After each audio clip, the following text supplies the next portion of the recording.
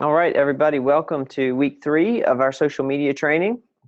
We're going to be talking a lot about best practices on how to connect with people on Facebook, particularly your own friend network, which is, of course, a warm market, but how do we make it even warmer? It's a lot of what we're going to focus on today.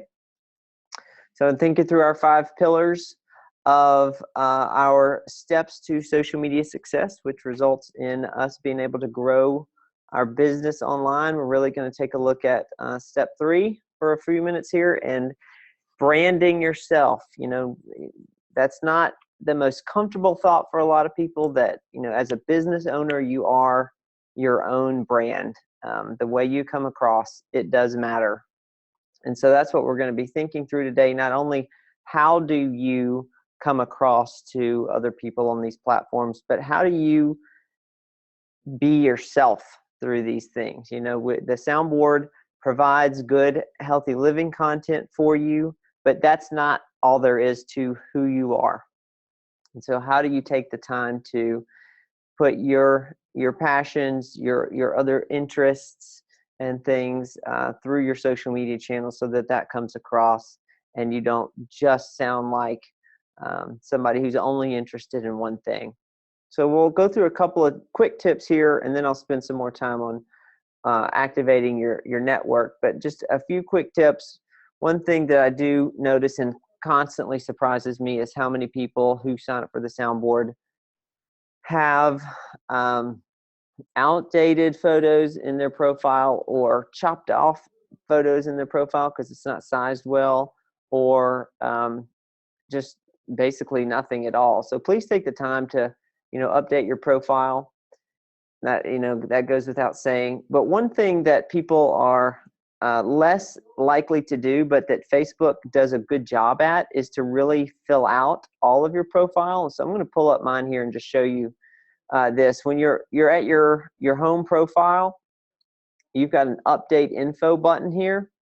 So if you click on that, you're going to be able to put in a lot of information about yourself. And I encourage you to do this.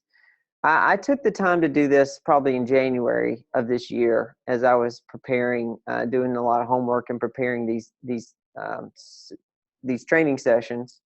And one thing that has surprised me is these fields in particular. If you put in all the places that you've lived, it'll let you do it with the date stamps that you were there.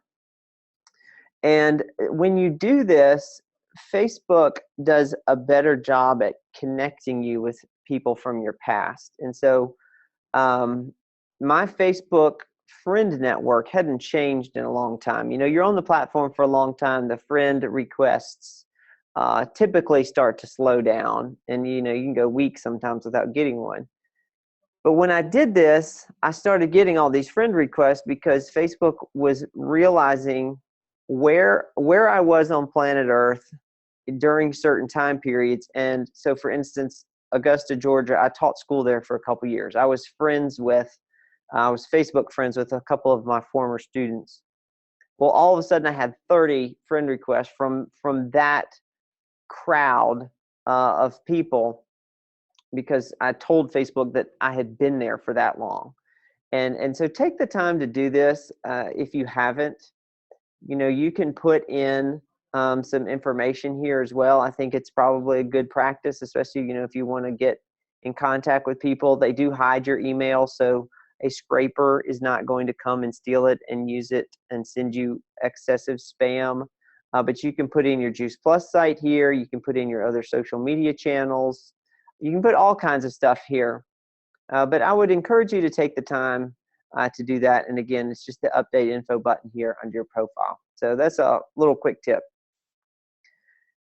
Now let's talk a lot more about conversation, because this is where we really want to start thinking through, how do we leverage Facebook to work for us and not just be a platform where we throw a piece of content out there, we sit back, we wait for people to comment on it, and, you know, we hope for the best. How do we really get involved in these conversations?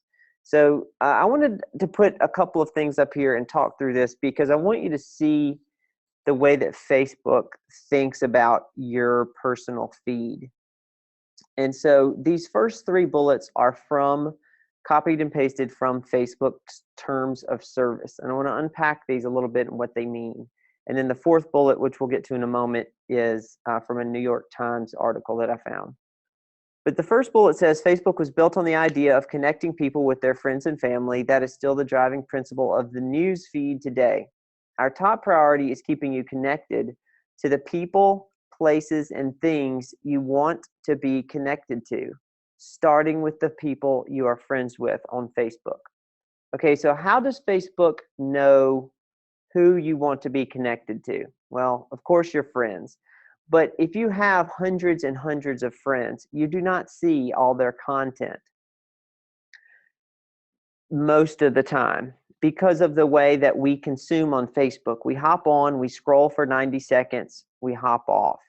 You do not scroll for hours and hours at a time on Facebook just to make sure you saw everything that every single one of your friends posted. So how does Facebook know what they think you want to see at the top of your feed? Because unlike Twitter's just chronological. Fresh tweets are just popping up at the top and they're pushing that old stuff down. Facebook doesn't behave that way. They intentionally cultivate what you see at the top of your feed. So here's the problem with that, though. That little phrase there, Facebook's top priority is keeping you connected to the people, places, and things you want to be connected to. Well, how does Facebook know what you want to be connected to? Well, you show Facebook what you want to be connected to when you comment, share, and like other people's stuff. And what happens is the people's posts that you like and share and comment on are the ones that pop back up at the top. So what happens over time is your Facebook feed, especially the top 20, 30 posts, kind of turn into a bubble. Because look at the second bullet here. Your feed should inform. People expect the stories in their feed to be meaningful to them. And we, being Facebook, have learned over time that people value stories that they consider informative. Well, again, how does Facebook know what you think is informative? It's what you've reacted to. So what happens is you end up seeing the same people and the same kind of content towards the top of your feed, because those are the posts that you've recently commented on or shared or liked, or the people whose posts you've commented on. And so therefore they get put at the top, which means you comment and post on their stuff again, which means they get put at the top. You see how circular it gets. And so your Facebook home feed becomes this self-fulfilling bubble of the same stuff and the same people. So how do we break out of that? How do we shake some of that off and really get truly connected with a wider range of people on Facebook within our own friend network? I'll put this third bubble in, just to make us aware. The third bullet, your feed should entertain. We found that people enjoy their feeds as a source of entertainment. Well, why does Facebook say that? Well, they know that when you're scrolling, a video will probably stop you from scrolling because the motion catches your eye. And, these videos have gotten really good at figuring out how to get your attention, and they start auto-playing, but they auto-play with no sound. And so now these text bubbles pop up. And so you're reading this adventure about, some little lost puppy, or you're watching some video of, cats falling off the counter in slow motion. And all of a sudden, like 2 minutes of your life is gone that you can never have back. And you realize, like, this accomplished nothing in my life, but it got me. So be cognizant of that. And if you see that kind of stuff all the time, you may want to curate, your content a little bit and tell Facebook, don't show me so much of that kind of stuff, because of course it is a little bit of a time sink, time waster, but it can be fun. So how do we, again, get outside of this, the same stuff at the top, same people at the top, same kind of content at the top? Now I want to make a little aside here, because remember, we're still just talking about our personal profiles. We're not talking about Facebook business pages. That's going to be next week. But this is from New York Times. So this is going on over a year ago. The period between January and May of 2016 accounted for a 42% decline in publishers' organic reach. So that means Facebook business pages, they cut in half again the ability for those pages to be seen by the audience that had already liked them. This is how Facebook has monetized the platform and why Mark Zuckerberg owns an island. Now, the important part of this is the second sentence, though, and this is why I put it in here. June and July's dramatic drop follows Facebook's adjustment of its algorithms to emphasize personal posts in the news feed over posts from publishers. So that means that as they decrease the ability of business pages to be found, they actually increase the ability of you to be found to your friend network dramatically, okay? So this is good news for you to leverage your personal profile. I'm going to skip a slide here and go out of order because I want you to be aware of what we're talking about. All right, so we've got two graphs here, two kind of formulas. The first one that you're looking at is back to Facebook's statement on how do they judge what you think is important and how do they judge what they put at the top of your feed. So on the left here, we have the type of post that it is, and on the right, we have what happens to that post, okay? So objects have weight. The most heavily weighted content are videos. Why? Again, because Facebook knows that you stop scrolling and you watch them no matter how inane they are. They stop us from scrolling. Facebook has been very open about the fact that in the next 5 years, they would like 100% of the content on their platform to be video. And that is why they've introduced the Facebook Live thing. You can, create your own video. You don't have to go to YouTube anymore. You don't have to do it on Vine or Instagram. You can make a live post right there. People can watch it live, and then people can watch it later just like they would any other video. So that is the highest weighted object. If you make a video, if you post a video, it is going to be shared at the top of more of your friends' feeds than any other type of content. Next comes photos, then comes links, so there's your articles, and lastly comes status, which I think is ironic because Facebook was built on and still asks you when you type in your little window, how are you feeling today? Well, they don't actually really want you to tell them because they know that text is the least likely thing to get actioned on if it's text only. If it's got an image with it, if it's an article, it's going to get read a lot more. Just be aware of that. Your status updates, Facebook is not showing as many people that thing as you think they are. Now, what happens to posts after they go live? So actions have weight. A share is the best thing that can happen to your post to keep it alive, okay? And we'll get into that here in a moment with how they choose to rank your post. But when a post begins to get shares on it, it fights the natural decay rate of the post, which would push it down the feed. Then comments. So, of course, you want your posts getting shared and commented on.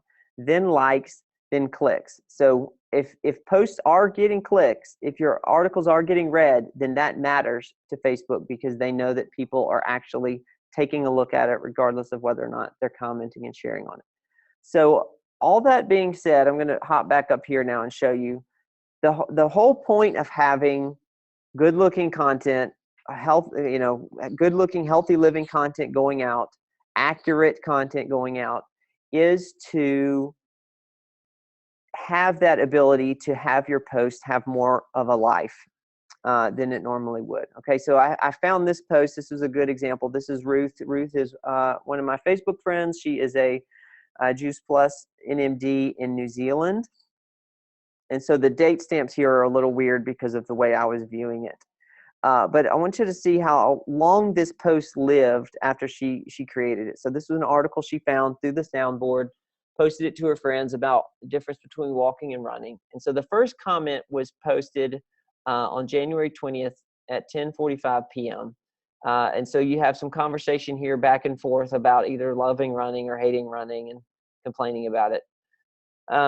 But the last comment was January 22nd at 12:38 p.m. So almost 48 hours later, this post still has a life. And this is why sometimes when you hop on Facebook in the morning, you see a post at the top of your feed. When you check Facebook at lunch, that post is still at the top of your feed. And you know that people have done other things since then. But it's because that post is getting comments, likes, and shares that Facebook is valuing it, weighting it more highly, and keeping it active longer. Okay, which brings us to the next point, which is, okay, how do you have your posts get more attention? How do you have your posts survive the normal decay rate? All right, so let's take a look at this formula. This is Facebook's edge ranking formula on how they judge what you do and who you interact with on the platform. All right, so the first thing we want to talk about is this affinity score, and this is very important that you get your head around this, because what this means is Facebook is constantly judging you and your relationship to other people with how you interact with them based on whether or not Facebook thinks you value that other person. Okay, so let's take an example of, let's say you got on Facebook in 2008 or 2009 or whenever, and you accepted a friend request from a high school classmate or a coworker at a job 3 jobs ago. And you accepted that friend request, but you have not spoken to that person through Facebook since that first interaction occurred. That means you have, from Facebook's perspective, a very low affinity with that individual, and that means that you are probably not seeing their stuff. Now, if you were to get on your home feed and scroll for 2 hours, you could find what they posted, but nobody does that. So how do you increase the affinity of more people who are in your friend network already, while simultaneously kind of disrupting that circular bubble of people that happens at the top of your feed? Well, the single easiest thing you can do is to take control back of your friend network, okay? And increase the affinity score that you have with people. Meaning you want to be able to see what more people are doing. And here's our ulterior motive there's nothing wrong with our ulterior motive, which is for them to see your stuff more frequently, right? You want to break into somebody else's little top of the feed bubble and be seen, with your content, with your healthy living content, with your personal content.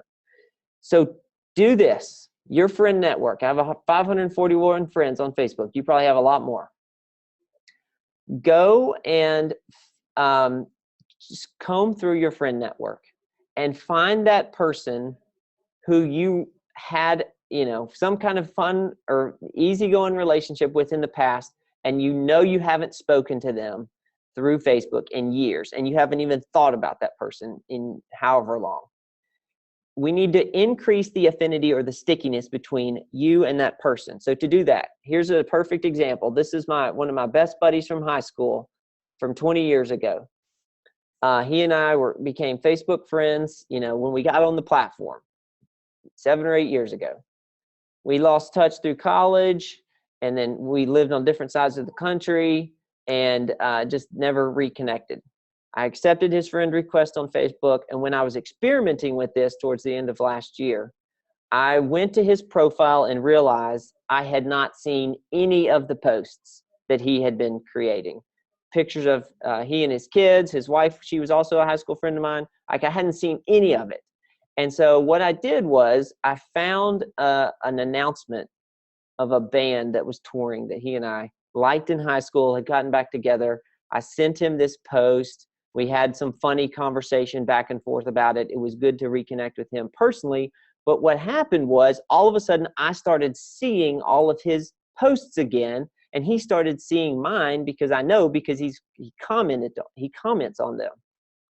So what happened was that that affinity score dramatically increased between me and Ben, whereas it had been very low. So take the time. You are sitting on an enormous warm network here, because everybody in your friend network is somebody you have some kind of connection with, but Facebook doesn't think you do. So go kind of defy those odds and break up that top of your feed bubble and just go reconnect with people. First of all, they're going to love to hear from you. Secondly, again, nothing wrong with our ulterior motive here. You want them to be seeing your stuff. How do you make those connections? So the easiest way to do it is go to their profile and make a comment on a recent post that they've got, a recent photo. You know, I didn't know you were interested in hiking, or, you know, beautiful picture of your kids or grandkids, or whatever it is. And I promise you, well, 99 times out of 100, they're going to respond, and that connection is made again. So now when you're posting your stuff, more and more people are going to see it. This is one of the easiest, most relaxing, you know, networking things that you can do. Think of this almost as a prospecting thing, as a prospecting tactic, especially for those of you all that probably have significantly larger friend networks than I do. So keep that in mind. It's a great practice. Now, when it comes to figuring out, you know, all these things, how does Facebook rank your post? Well, also they're going to rank the weight of the post. So what type of post it is, what happens to it. So here's another thought, you know, to be a friend, or excuse me, to have a friend, you got to be a friend. That applies on Facebook. Don't just put a Facebook post out there and sit back, you know, and let the narcissist inside us all just say, well, I put something out, so everybody's going to comment on it because my stuff is superior. That's the way I used to think about Facebook. A little reveal there. That's not how it works. Go talk to other people. Go comment on their stuff, and I promise it will start coming back to you. You know, if you're just one of these folks that just throws it out there, sits back, never thinks about it again, you may not get the reaction that you want, both based on how Facebook thinks you operate and, you know, the way that other people see whether or not you're talking to them. And so the decay factor is going to be, how long ago was the post created? Is anything happening to it? If it's not, Facebook's going to push it all the way down the list, and, you know, it's sunk. But of course, if somebody were to visit your profile, then they can see it. But that's how it all works together. So take the time.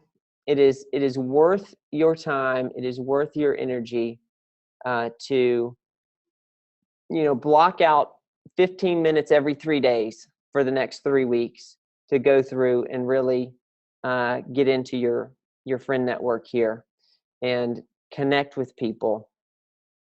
You know, begin to, even maybe once those connections are made, you can easily share content to them directly. If you get connected with somebody and learn that they, you know, had some kind of surgery or are recovering, and, you know, you could provide some nutrition advice.